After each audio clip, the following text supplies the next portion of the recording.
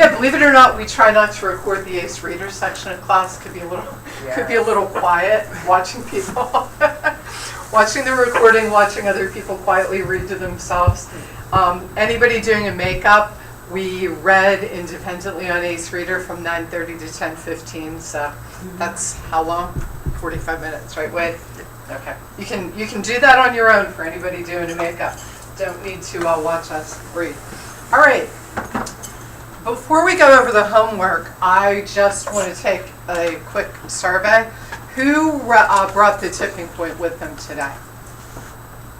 Good. Anybody didn't bring the tipping point? Okay. Just one? We have an extra copy back here. I found them. I can't really say that. Chris found them in a box under someone's desk. He's quicker to jump on the floor and look for things under a desk than I am. You said the tipping point. The tipping point. The book we gave you. I didn't give the tipping point. Do you have it on audio already? I can't hear you. Wait, heavy. I'm tired. You have it on audio? Wait, heavy. There's one right here. Okay. Yeah, and I have a couple on audio too. Okay. Make sure that Lisa gets it. You need a tipping point? You didn't get the book? No. Okay, wait, can you give her a book? All right. There you go. You want it in paper too? I'm going to try and do audio. I'm not that well at audio. I want you to try this one on audio rather than paper. It's my desire as your instructor on this, Lisa, to let you just try the audio. And we'll see how that goes. Good. Well, we'll get to the tipping point in a few minutes, but I again want to celebrate your work on ACE and talk about the homework. Wait, do you want to review the homework with everyone? Yes, okay, so first things first, we assigned you 8 ACE Reader stories. By show of hands, how many people did 8 ACE Readers? You did one, Robert, right? Good. All right, excellent. Okay, another thing is bringing tipping point. I think everybody but a couple of people did bring it in. That's good. Did you forget to bring the tipping point, or did you not remember we asked? You weren't here last week, or on Tuesday, were you? You were here? Okay. How did you forget to bring your copy of the tipping point? Because I was probably in the ladies' room when y'all made that announcement. So when I came back, y'all were on the elevator. Okay. That said, if you have to leave the class at any time, make sure that you find out if there was homework given. Just to, you know what I mean? Just to make sure you don't forget. And we had one other person, Marcia. Did you hear the announcement to bring the tipping point and you forgot? No, I didn't hear it. You didn't hear it? Okay. And I bring that up because taking in information is done with our ears and our minds and our vision. And you have to always, this is a work skill. You leave a meeting, you got to say to somebody, what did I miss? Just, and when we're giving out homework, you want to make sure, because I know at the end of class we took like 7 minutes and reviewed twice what the homework was. Sometimes we might forget, but I know that day we were pretty clear about it. So if you forgot, you forgot. But I'd like anyone that didn't remember or didn't hear the homework to just make a note to yourself. I got to be careful that I'm always proactively asking the teacher or the person beside me, was there any homework? And this isn't about this class, it's about getting used to that type of accountability for the future. Just keep us out of trouble in the workplace. Nothing personal, okay? Okay, so one other thing, personal books, okay? We asked you to complete your personal book by Tuesday, okay? And if you're going to accomplish that goal, you should be reading some of your book, at least, okay? And also being prepared to talk about vocabulary and various characters, what's going on in the book, your own personal reaction to it. How many people have been reading their personal books in the past 2 days? Can we go around the room and find out what page you're at in your book and how close to done you happen to be able to start with Melissa at the end and then come right around, if that'll work? Melissa, what page are you on? Chapter 19? Of how many? It's on the third CD. Okay. I only have one CD to complete and unfinished. One to go? Okay. And you're up to date with your character list and vocab? Good. Good. Romeo, Already been finished. you are? Good. Good. And you have your character list and your vocabulary? Yes? Good. Good job. 69 pages. 69 read? How many do you have to go? Halfway. Halfway through? And how are you with vocab and character list? This is the vocabs that I A don't. little louder, please. I've been making a list of the vocabs that I don't understand. Right, that's the assignment. And did you make a list of the characters? Well, mine is based on vitamins, minerals, toxicity, stuff like Okay. Now that was just a false start that we had. It was supposed to be a fictional book for everyone, and yours is different. So I get that. So what I need you to put are a list of the different vitamins you've been reading about, because they're not characters, but they'll suffice. they might be characters, right? Good. Okay. Thank you. And you probably have to double down on reading that to have it done by Tuesday. Good. Good. Next up. I'm on page 137. I'm a quarter way through, and I have my vocabulary list. And your character list? Yes. Good. And you realize it's Thursday. Tuesday's right around the corner. You've got a lot of reading to do. Okay. Good. Ella? I'm 162 and I'm halfway through. I have my character list and my words, Good. and I have a lot to do. Okay. And you're prepared to do it? Yes. It's going to be a weekend of reading. I feel it. When's your favorite time of day to read? Morning, lunchtime, before bed? Shirley? Anyone? Morning. Morning? What's your favorite time? Evening? Morning, evening. Lisa? Before bed? You know, if you go to bed an hour early and take your book, you'll be surprised at how well rested you might feel the next day. When I work or do things or talk on the phone or even watch TV right up till bedtime, I don't unwind and sleep nearly as well as when I turn everything off, go to bed an hour earlier than I really need to get to sleep. You know, maybe light a candle in the room, maybe put some soft music on. I'm not trying to set a setting of romance here. I'm trying to set relaxation. I mean, that's a different type of candle, right?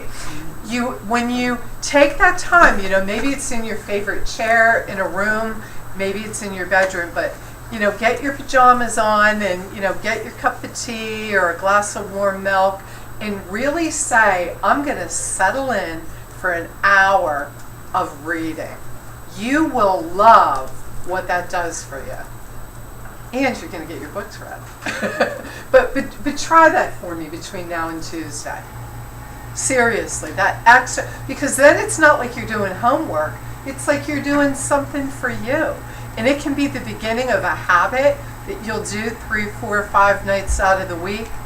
And it can really decompress, broaden your mind while giving you some internal peace, and your body gets that extra hour of sitting comfortably doing nothing time. Wait. Yeah, also, you'll get better sleep that way. Yeah. If you're watching television right before bed or Netflix or whatever, and you have like images in your face, bright lights, okay, that's exciting the neurons in your brain. Okay? Yep. It's not good for you to go right to sleep, or you might find you don't sleep as well. Okay, if you have these bright lights in your face, reading will put you in a better position to get a better night's sleep, and you'll be fresh and more. Absolutely. That's why it's better important to, now you need light to read with, but you want to have a lamp. You know, you want to have a setting that's taking away the way the world has been going all day long, because it's what Wade is saying. Your brain needs a little bit of time to kind of focus in and settle in and find something. Yeah, the lamps better. in the background. You're not staring at the lamp before going to bed. Right. It's a different kind No, of. I'm a big believer in that. I have a night light in my bathroom, so if I get up during the night, I don't have to turn the bright light on, because that can like wake you more than you want to wake up. Yeah, give it a shot, because what is one of the things reading is for? Relaxing. Yeah, well, it don't relax me. Try what we're suggesting. Try that hour, chill out, get comfortable. See if you can get to the point where reading can relax you. And remember guys, if listening to the book on tape is more relaxing than reading it with your eyes, that counts.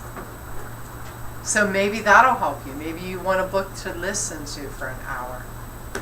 Because again, it's not the bright light images, it's only one, it's reducing the stimulation, you're just listening. You fall asleep, remember where, it's got a rewind button. Sometimes you fall asleep reading and you've got to reread the last few pages because you got so relaxed that your eyes kept going, but the next day you're like, I don't remember reading that. Like I see my bookmark further down the book than what I really recall reading. That's okay. What page are you on? Who did I skip? Sorry. Okay, did you tell me what page you're on? Well, I took my book back. I'm going today to get me a book from the library. I went to see, could I find something to continue on the healing path. So that's what I had went to look. Okay. And see what I wanted. Well, you better find one quick if you're going to be done reading it by Tuesday. I'll go to the library and get it. Okay. On tape or, and when I say on tape, audio. Yeah. You guys know what I mean on tape. Okay. I'm not talking reel to reel. I'm not that old. I had a much older brother. I know about things that are far before me. When my little friends were playing, The Farmer in the Dell and all those kids' songs on the Close and Play record player, I was listening to the Beatles because my brother was 13 years older than me. So I had like all the hit music of, I was a cool kid. Not really.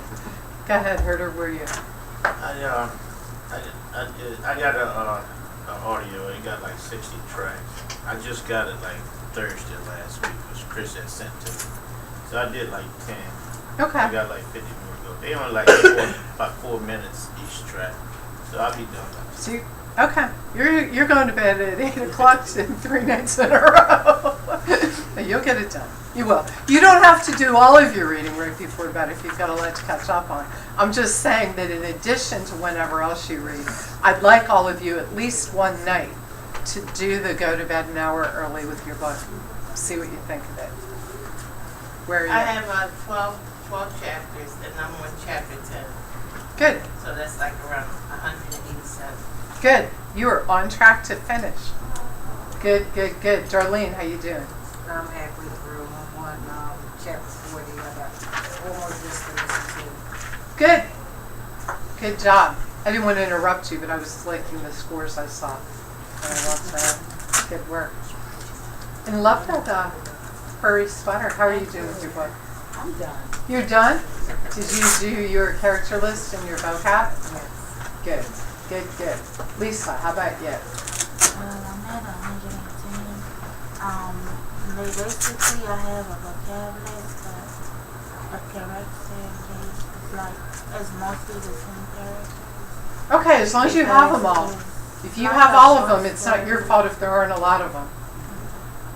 Good. Did you like your book? Yeah. You like your book? Good. No, I was asking both of you at the same time. Tim, how you doing on your book? Well, I'm having a bit of a problem. I think I managed to get to chapter 5, but my problem is kind of more like, I'm constantly on the go all the time, and then,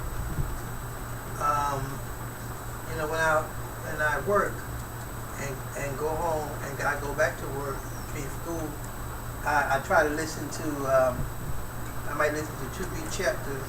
I end up falling asleep and waking up. Oh my goodness! And then I Well, Tim, that's something because you're in a reading class. Yeah. You've got till Tuesday to work that out and find Yeah. the time. Because while that's understandable, it's an obstacle you can overcome with perseverance and some time management. Okay. And you have to, because Yeah. it's a reading class.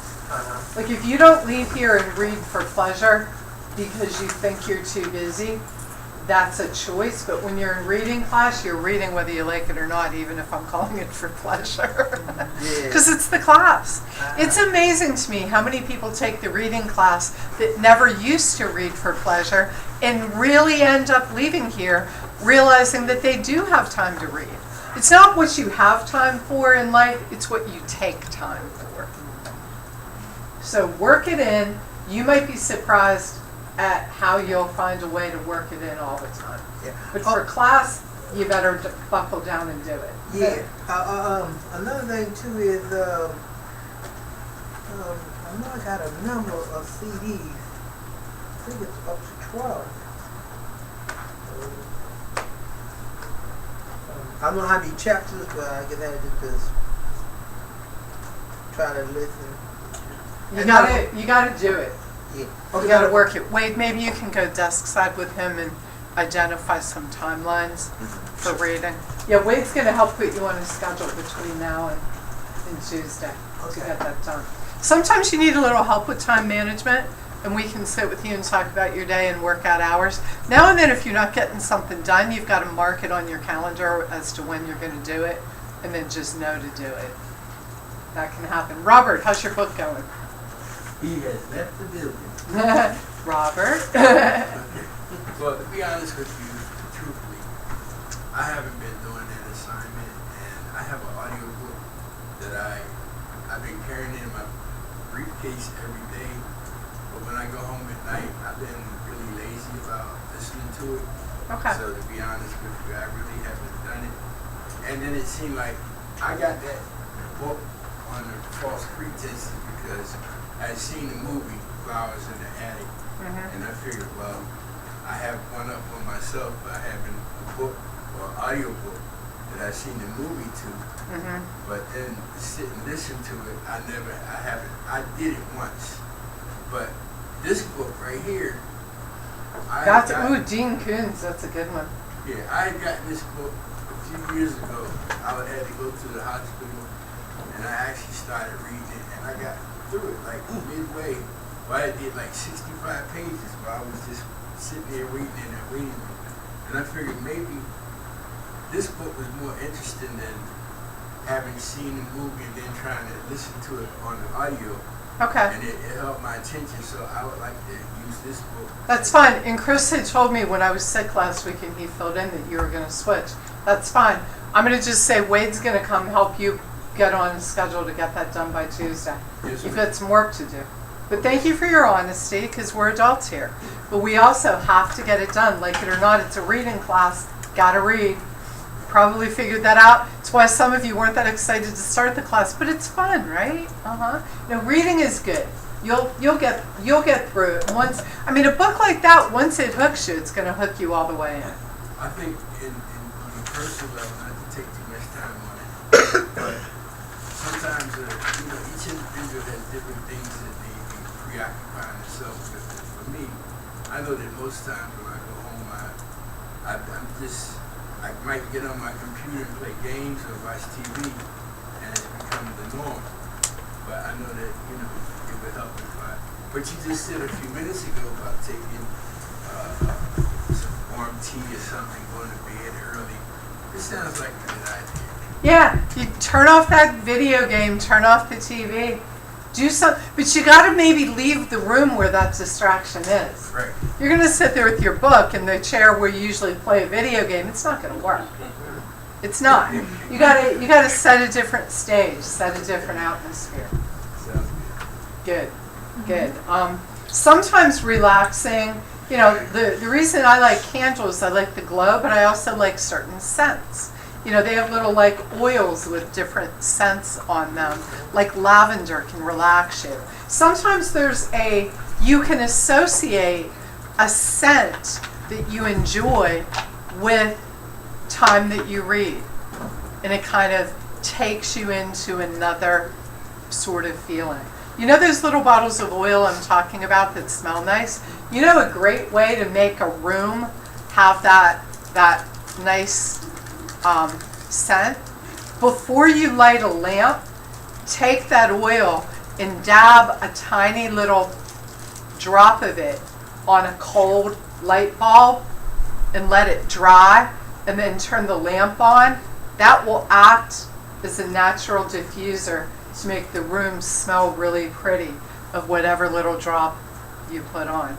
And Robert, you might need that to put your mind in a totally new sensory feeling that now I'm going to read. Cool.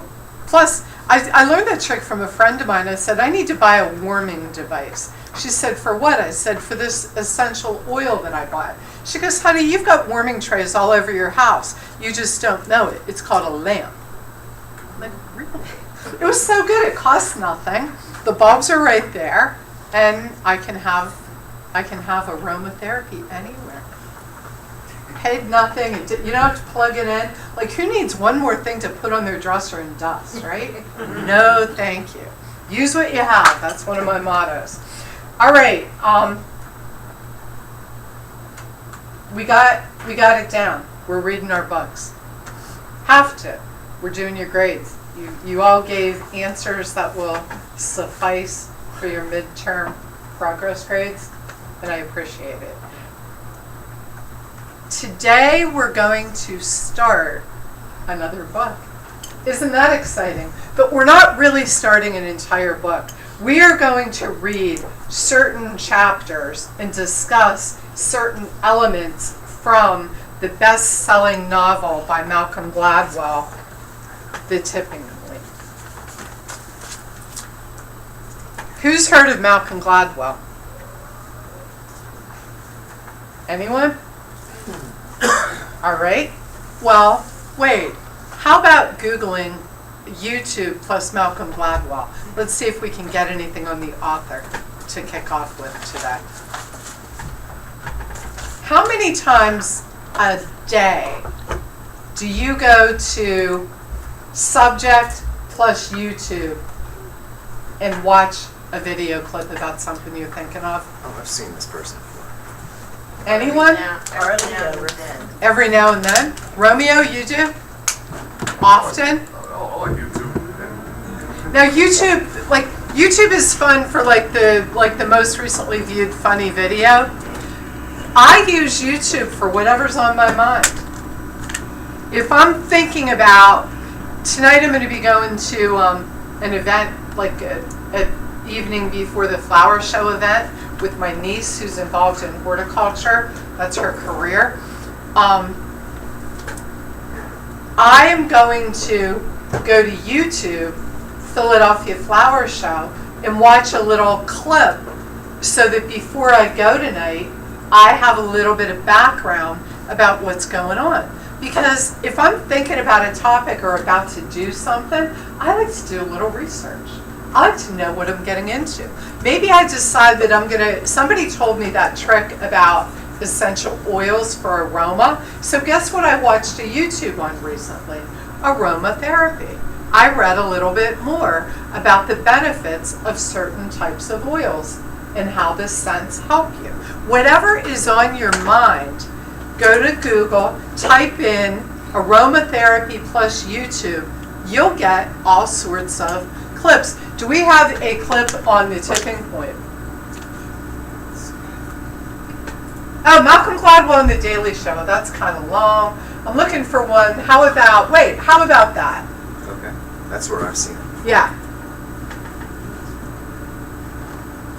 Nice and loud. I'll turn down the lights. This is the author of the book. He's not, I don't think he's talking about The Tipping Point.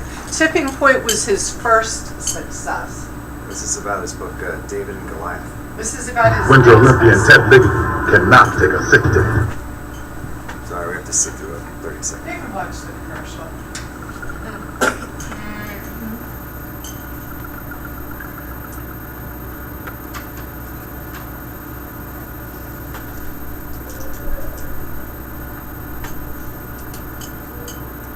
I miss the Olympics. should beat us, right?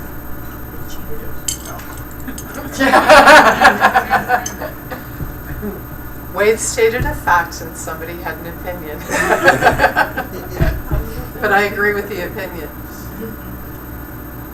The person... A best-selling author, my guest tonight, his new book is called David and Goliath, Underdogs, Misfits, and the Art of Battling Giants. Please welcome to the program, Malcolm Gladwell.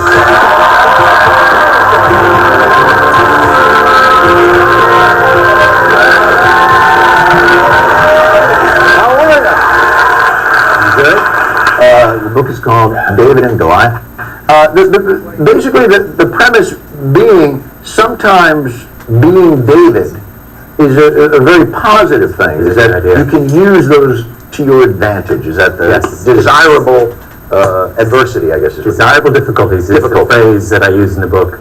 Yeah, it's an examination of underdogs and their strategies, and also generally of the idea. The book really asks the question about whether we have an accurate understanding of what an advantage is. Right. Because lots of things that seem like disadvantages can be actually highly advantageous, and that's sort of the theme that runs through a lot of the chapters. In the book, things like dyslexia or having a crappy childhood. Yes, I have dyslexia is a great example of this. That many people with dyslexia suffer, and it's a real obstacle to getting ahead in life. But at the same time, if you look at groups of very successful entrepreneurs or professionals, you will find a much greater than expected number of dyslexics in their ranks. So the number of incredibly successful entrepreneurs over the last 25 or 30 years who are dyslexics: Richard Branson, Charles Schwab, the guy who runs Cisco, John Chambers. I mean, I could go on and on. And what happens if is just 4, that wouldn't be very good. No, very significantly more. Oh, all right, yeah. And when you talk to them, it's really fascinating. What they'll tell you is that they didn't succeed in spite of their dyslexia, but because of it. That being forced to cope with a highly problematic childhood where they couldn't do the thing they're required to do, which is read, forced them to learn all kinds of strategies that ended up being more important. But there must be some kind of like Laffer curve with this, like the supply side economics, where it gets to a certain point where a certain, if I may use a phrase I learned in a different book, tipping point of a tipping point of disadvantages that bury you, like bad childhood and dyslexia and no mouth, you know, or you say like, then you put Helen Keller up there, like, but you know, I use that phrase desirable difficulty which is a lovely phrase that these two psychologists at UCLA have come up with, to distinguish between the kinds of difficulties that can prove advantageous and undesirable difficulties, which are not the kind of thing that anyone should be expected to recover from or compensate. Yeah, I'm sure some people do. The human spirit incredibly adaptable, and sometimes does it. But don't we all have, to some extent, disadvantages that shape our character as we go through? And it is sort of the tenacity with which you overcome them, no matter what that would be. I got started on this book because in my last book, Outliers, and I was spending a lot of time talking to sort of very successful people, and I was always struck by how often, when they accounted for what they had achieved, they began with the difficulties, not with the obvious advantages. Right. And so much of their sense of themselves was something that grew out of in some cases, it was some terrible blow that had happened to them that they had managed somehow to navigate. Right. So it's a chapter here on parental loss. Right. And on this striking fact that very large numbers of American presidents and British prime ministers have lost a parent in childhood, way higher than would be expected from the normal population. Really? And that's something that's just about the worst thing that can happen to a human being. No kidding. So you're saying if my son wants to be president, oh boy.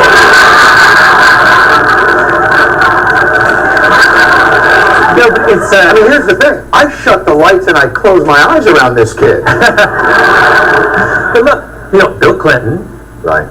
Obama. These are two people who have. But the list is actually extraordinarily long. And what you understand is that these are one of the things that distinguishes these people is that there's something about them that took that devastating experience and found a way to come out stronger.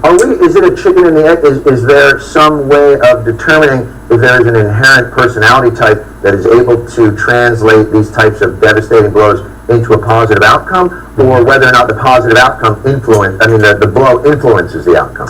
I don't know. I mean, it's. What do you mean you don't know? Well, there's so much I don't know. I mean, these books always raise more questions than they resolve, and that's what they're supposed to do, right? They're supposed to kind of start. I mean, it would be really fascinating. I didn't do it. Now I think I should have, to sit down next to Bill Clinton and ask him that question, right? I mean, here's a guy who had the furthest thing from a silver spoon in his mouth. Right, no question. I just don't know if he would share his story with you. I mean, he's very reticent. Yeah, he is. He's not going to open up. He's very shy. You might get a couple of minutes. But yeah, he'd be like, I don't, you can't, the book's too big. Well, this is something that does raise tons of questions, and I think is a nice way to look at kind of that old adage, the lemons and the lemonade and all that sort of thing. David and Goliath? Be David, why not? Malcolm Gladwell, everybody, on the bookshelves now.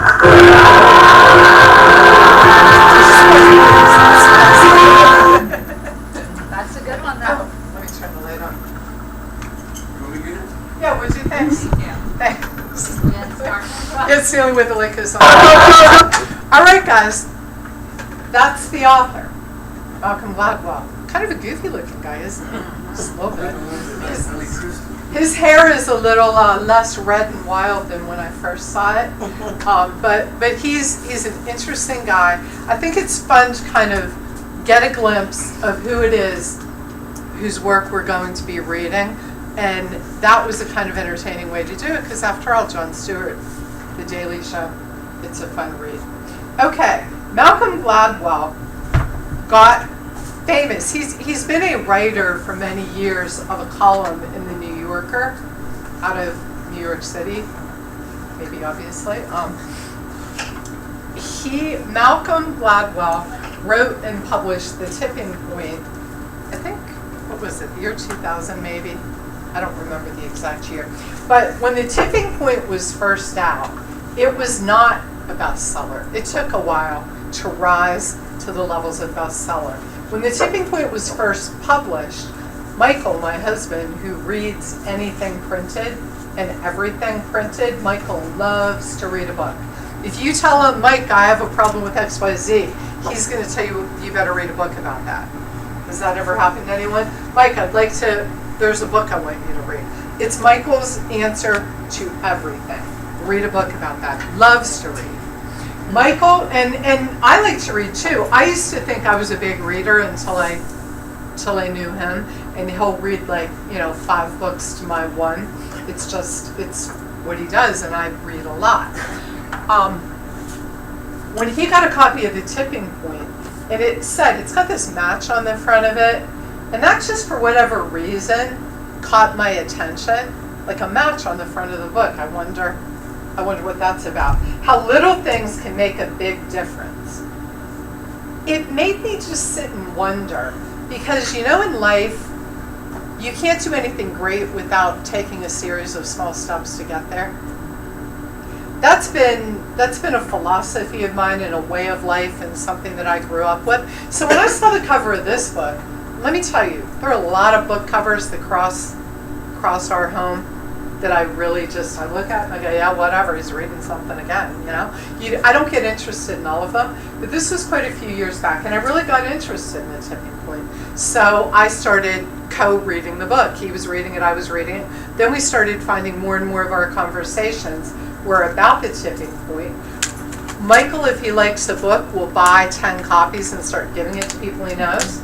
Because if he likes it, everybody should have one. And that's part of the generosity of Michael, and it's a great thing. So he started buying copies of The Tipping Point and giving it out. Well, I found that for the very first time, I started telling people, you should read The Tipping Point. I would be talking to people and I'd go, well, yeah, that reminds me of something from The Tipping Point. And that's not me, that's Mike's way. When I realized I was hooked on The Tipping Point, you guys are going to see an interesting correlation here. I told my friend, Owe Cantos, about The Tipping Point. I said, hey, have you read The Tipping Point? He's never heard of it. This is back before it was a bestseller. I'm like, it is such a cool book. Let me tell you about it. He got so excited. Now he's visually impaired. I went online, bought him an audio version of The Tipping Point, and had it shipped. He's been talking about The Tipping Point ever since. Michael Oley and I joke that we tipped The Tipping Point onto the bestseller list. Now clearly, there were a lot of people like us reading the book and talking about it, because how do you think something gets on the bestseller list? It gets there because a lot of people get excited about something. And when a lot of people get excited about a book, a trend, anything in fashion, a movement toward freedom and independence, Paul Revere, whatever it happens to be, when enough influential people get interested and excited, it starts to tip an idea or a thought or a book or a movie or a type of shoe or a pet rock. It starts to tip it into popularity, right? Like, why in the world were people buying rocks in boxes one year? Because somebody created a phenomenon called the pet rock, and it got popular. Malcolm Gladwell studies what types of people influence that type of trend, and how do ordinary things tip into something that becomes commonplace. Now, I love the interview. He's right. He doesn't have all the answers. The book and his ideas will make you think about these things, and there will always be new and different thoughts and ideas. He doesn't have, he didn't write the formula on why a trend starts. He observed behaviors and personalities and facts that were involved in trends that got started. Sound interesting? Do you ever want to start a movement? Yeah?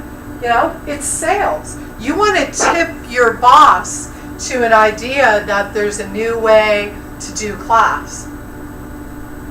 You've got to start a movement.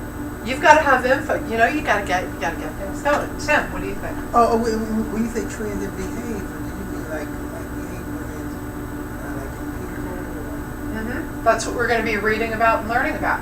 A trend starts, one of the stories, and we're only doing some of the chapters of the book, one of the stories he tells in the book is about the Hush Puppy shoes.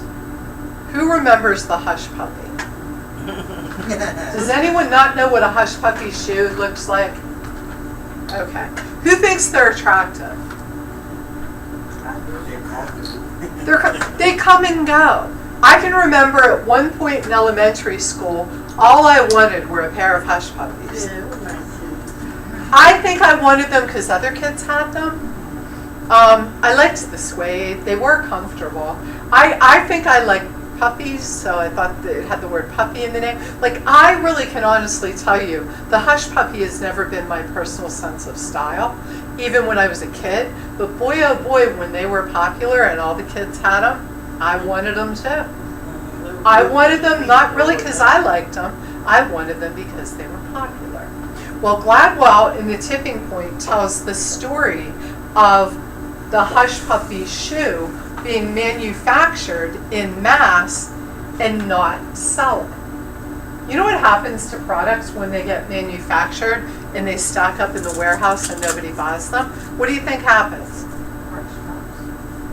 Yeah, but beyond that, where are they going to be sold?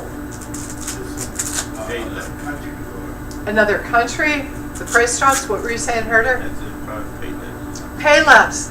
They start to go to the knockoff stores, Big Lots. Payless is a little more highfalutin. They're more likely to have a knockoff of a popular style.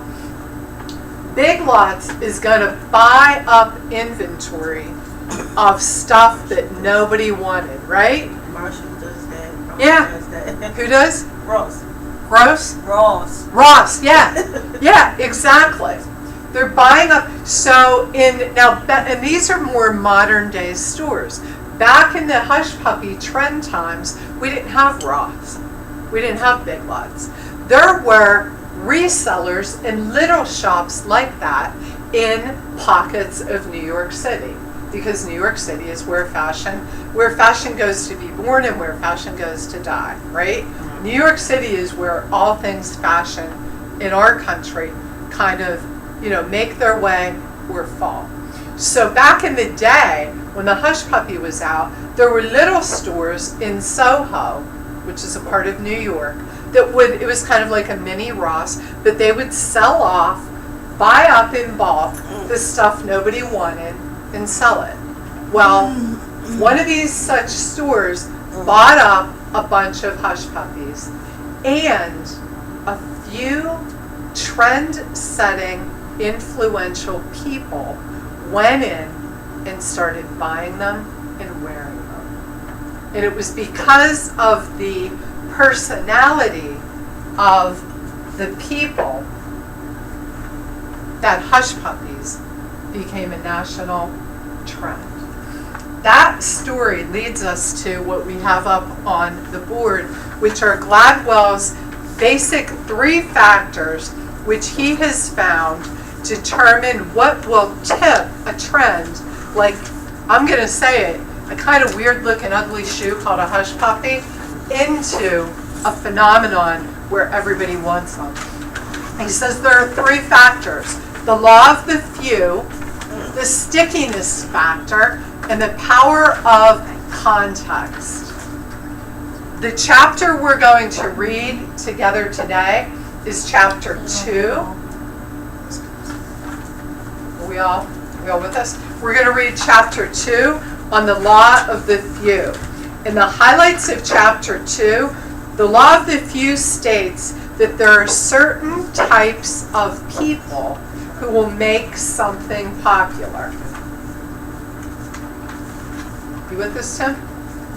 The type of people that will make something popular are 3 categories. These are Gladwell's names for 3 types of people. Connectors, it's on your sheet and it's also on the screen. Connectors, mavens, and salesmen. If individuals representing all 3 categories, Wade, would you write those categories on the board for us? Connectors, mavens, and salesmen. Can you erase that one once we're done? If individuals from all 3 categories endorse and advocate for an idea or a product, it's much more likely to quickly tip into success. A connector.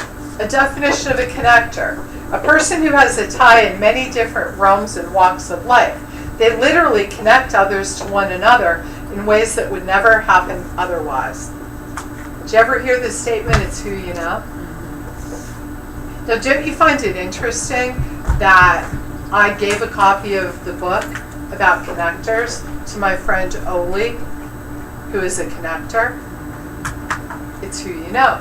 Robert asked me this morning, you seem to know a lot of people. Do you know anyone that might have some interest in a particular topic that he's researching? Who do you ask that of? You ask that of someone you believe is a connector. Someone that you think knows a lot of different types of people. Robert, you didn't know it, but you asked me a question because you had already determined I'm probably a connector. Now you can label me. But it's a good label. Mavens. Mavens are people who have a strong desire to help others make informed choices. People who read consumer reports, people who you call before you buy something because you know they're going to have the information. My friend Leslie, if I want to buy gear to walk, to go out in the cold, walking sticks, if I want a new trail to walk on that's going to be beautiful scenery, easy parking, not too many hills, some pavement or some dirt, not a lot of rocks, I don't need to go look it up myself. I call my friend Leslie. She is a maven of information. She has done the research. She can recite the research. And moreover, when I call and say, Leslie, I'm looking for a hike, she goes, I'm so excited you called me. Let me share what I know. She loves that. I was looking to buy a new television set recently. I wanted a good deal on a state-of-the-art TV that was not bogged down with a bunch of fancy features I would never use. You know who I asked? Chris Hyson. Technology. Chris is expert on all things technology, but he doesn't buy into fads and gimmicks and gizmos. That's not who he is. He's a more basic sort of person. I wanted my TV to watch TV on. I didn't need it to have 20,000 screen-in-screen, picture-in-picture, stuff I would never bother to use. But I also wanted it to have good reviews, and I wanted the best darn deal for my money. And I know Chris is a maven of information and things on that. It's by Seiki, S-E-I-K-I. I'd never heard of the brand, but he came back to me in about 20 minutes. He goes, I get just the one. It's the lowest price. It's got all the right consumer reports. Here are the features. No built-in DVD player. Do you care? I'm like, nope. Doesn't matter to me. It was exactly. He was the go-to maven. He heard all of my requirements and came back to me with what I wanted. Now, if I had asked a high-tech guy, someone who likes things that are bright and fancy and shiny, I'm not going to name any names, I would have had a TV that I paid 3 times as much money for, that had so many built-in confusing features on it that I probably could barely flip the channels. Who am I talking about, right? You go to the person who's going to get you what matters to you. And we all do that, right? If you're looking for a new place to live, you talk to somebody that moved recently that did their research, right? Before I got married, I was in 2 weddings. I used the research of my 2 friends and started there. I didn't start with, who am I going to get as a photographer? I called up 2 people and said, what do you think of your photographer? What do you charge you? 2 people liked the guy the same. One of them paid about half as much. It wasn't that hard to buy, right? I went to the mavens who I knew did really thorough research. They had met with 5 or 6 people. They had reasons for what they did. You can shortcut your way through life by asking a maven of information to tell you what they've learned. But important to note, mavens are people who have a strong desire to help others with their informed choice. Just because I might know a lot of information, I may not feel like helping everybody that asks me. I'm serious. People ask me all the time, can you look at my resume and critique it? I'm like, sorry. Like, if I critiqued I don't mean students, because I'm responsible to you guys. Everybody I meet thinks I want to rewrite their resume just because I know how. I refer them to resources. Now, it's not that I don't want to help people, but I would rather connect them to somebody for an interview and let them go to a maven who feels like giving them input on their resume. You get the difference? Some things you more naturally, like I'll stay up late at night shooting somebody's resume to 10 people I know, and I'll think of 5 more along the way. I'll get them personal introductions out the wazoo. But you know what? You want help with your resume? Would you please ask someone else? I don't mean you guys again.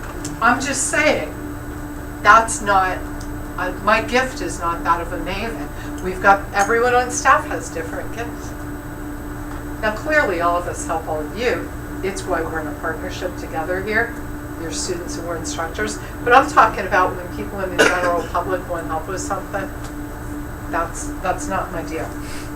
All right, the 3rd classification of people that help get a trend to become popular are the salesmen.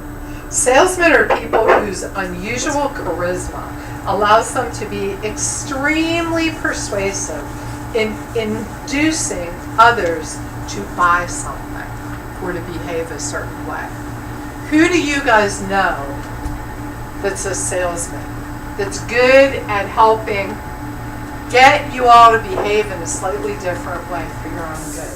Tim? I feel like that's Brent. You know how they approach you and then they tell you things they offer, then they try to offer you, make you feel like, oh, I'm getting a good deal. Yeah, I like this. Okay, but who can you think of that has the character, who do you know that has salesman characteristics. They don't have to be a salesman. Michael. Michael. Absolutely. Oh yeah, Michael. Yeah. Yeah. No, he's not trying to make you buy something you don't want, I know. right? He's got the characteristics of sales stuff. He's good in sales. He can sell stuff. Yes. Who else? I have a connection with my daughter, where she grew up with survivors. With what? Okay. And the salesman, he's been taking on to my daughter since she was a little baby. Wow. Yes, years. And then when I went to college, I seen him again in college. So we was in the same classroom. So we bond again, over the years. So that's how I do I go to places where they know me, they know my child, they know what to expect, what to bring in and stuff like that. And then I deliver the message to people outside of me. Nice. So you're maybe more of a maven of sharing. I don't know. We're going to think about it. We're going to go ahead and take our break. And when you come back, I want everybody to read in class Chapter 2, The Law of the Few. Wade, what page does that start and end on? Can you look in the book real quick? I forgot to write that down. Page 30. Page 30. And how many pages is Chapter 2? Page 30 through 88. Okay. We may not get through all of it in class. We might have to have some of it for next time. Start on page 30 when you come back from break, and we're going to read about this. And as you are reading, see the bullets on your page that say connectors, mavens, salesmen. Jot down things you're learning about those different types of people. We'll be talking about it. Okay? Yes. I'll be right there, Tim. Okay, come back from break at 11:25 and start reading. I'll be right there, Tim. What? Yes? Did I take it? Yes. Okay, I'm sorry. I apologize. It's kind of hard to read without it. Yes. Sorry about that. Tim, you were calling me too? Yeah. I'll be right there. I heard my neighbor. I didn't know where it was. Are you talking about English? Yeah. Oh, okay. Well, I guess I'll get my name. Sure. Yeah. Give your headphones. Yeah. You got them on white head. Yeah. Might as well put it in your own player. Okay. Yeah, whichever you want. But I would put it here because then you keep what you want to read. Yeah. Good. All right, guys.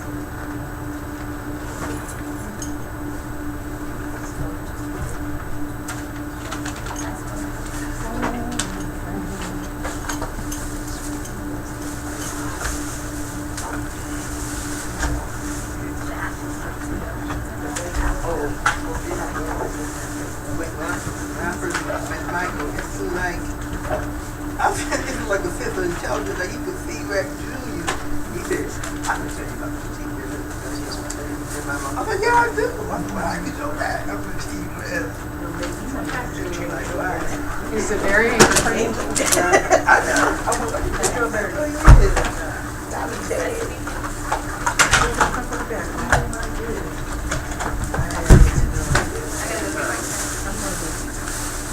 How much was these?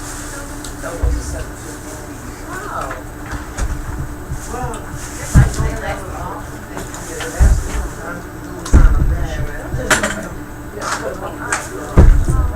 My son's name is, we call him Batman. Because he be everywhere but where he's supposed to be. Huh? All right. What else I can take?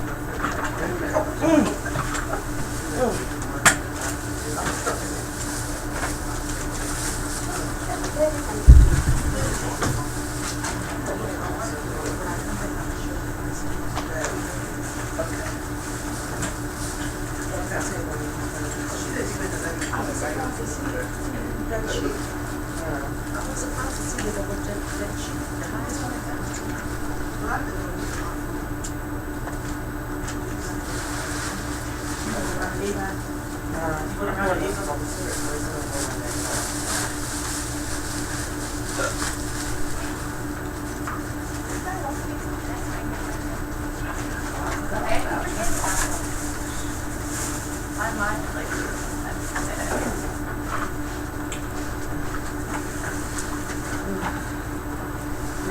forgot about transportation.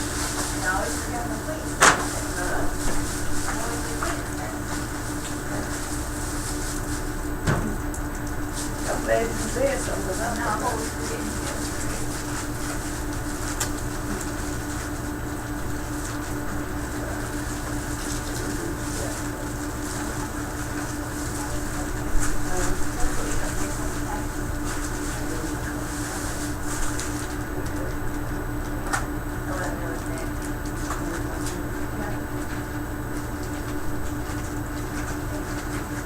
You're welcome, sis.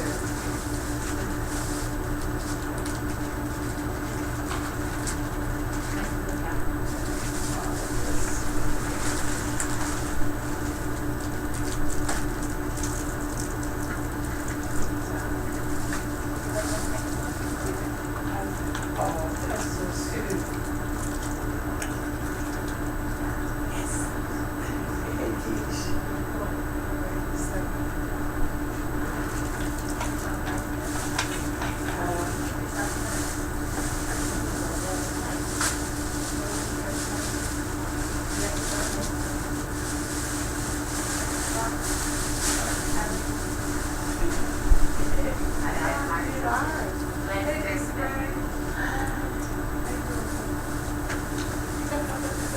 How you doing? That's what she got. She got her hand to me. She's her son is up with mom. He went outside. I did just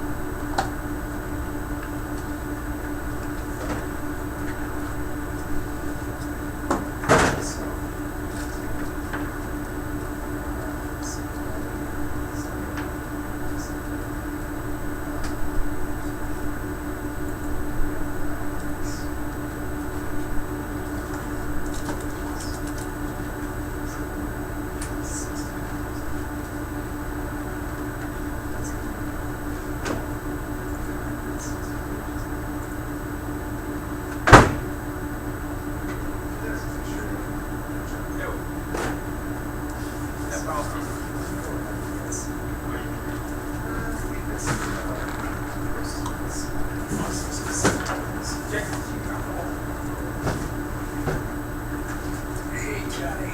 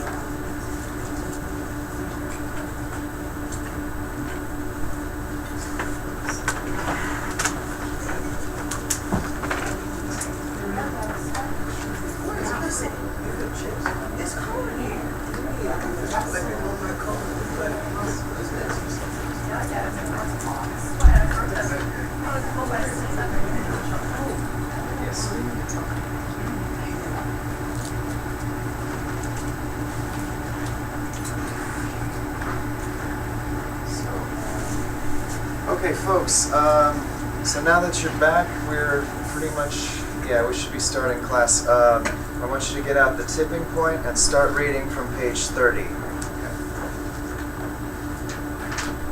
You're going to end on page 88. Start reading on page 30. Yes, please.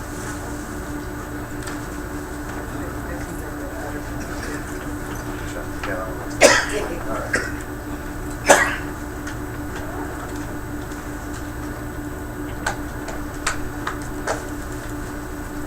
You could use those,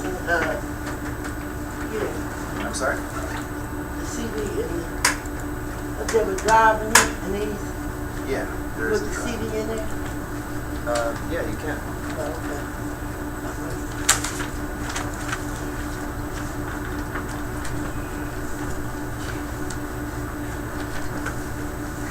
So, I think Target is your book, isn't it? Yeah.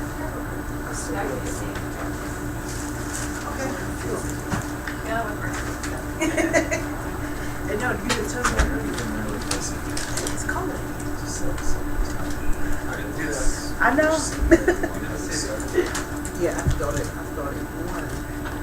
And I guess, earlier when I woke up, I took it from. I started at 2 a little bit. But, I don't think 2 is, I guess, I really don't know how to do this, but if I think what we're mentioning, I don't know. I guess I understand, but I can't tell it.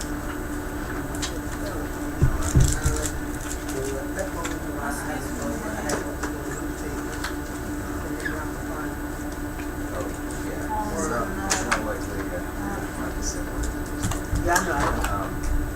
So what you can do your best to spell it from now. You just sound out the word. Yeah. You can always confirm this. When I spell it, I only want to I don't even know which one it is. You can always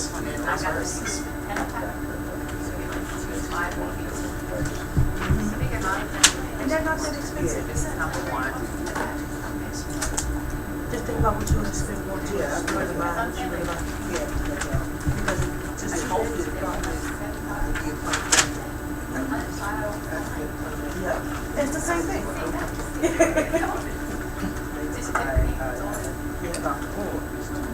So here, play all these CDs. Yes.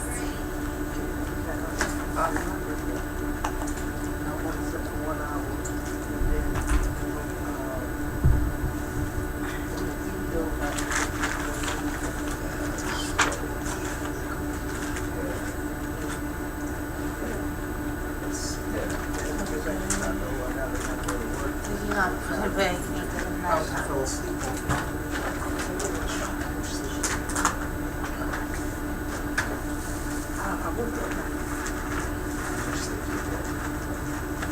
My first one doing that.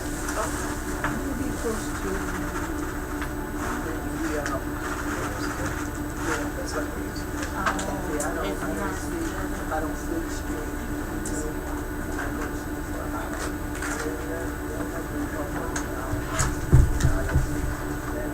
That's what this is saying. It was good.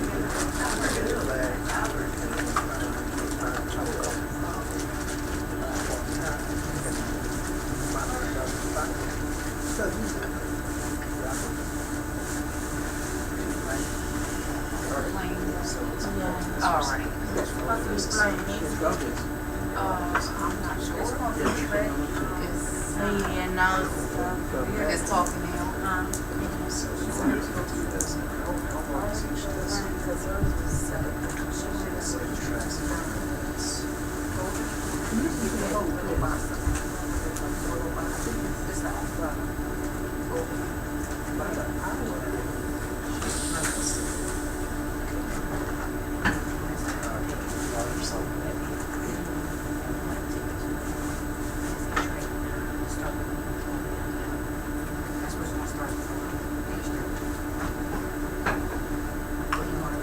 All right. Talking about hush puppies. Something about British something.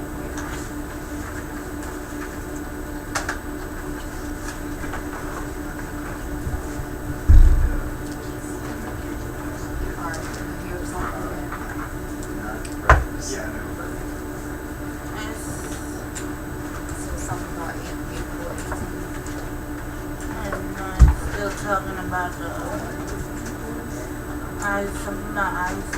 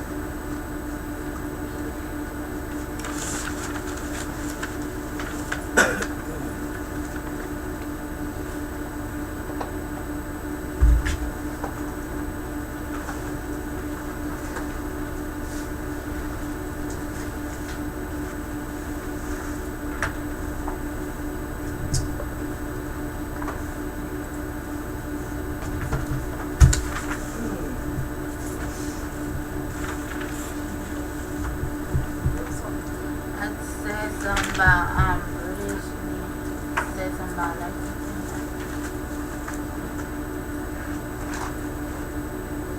Say something about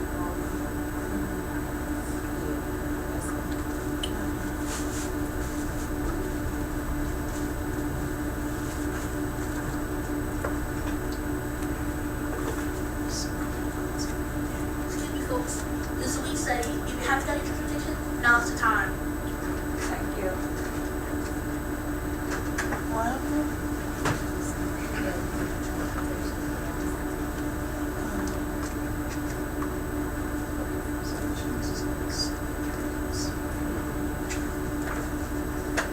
It's talking about British. Yeah.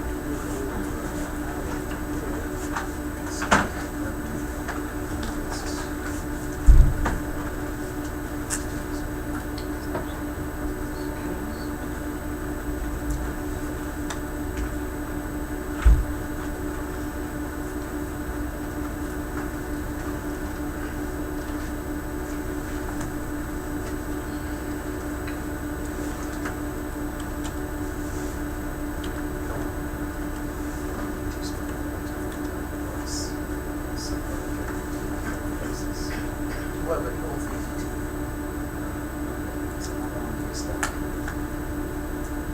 Okay, now I'm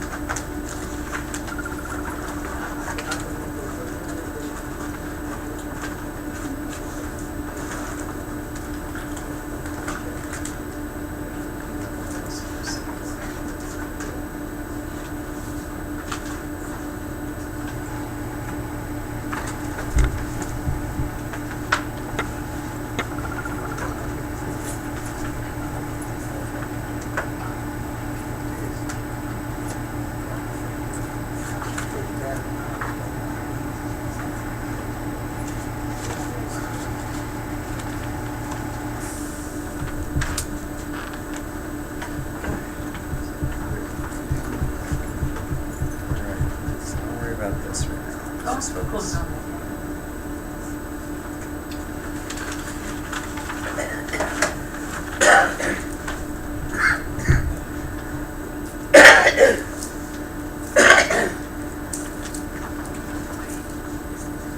That's it.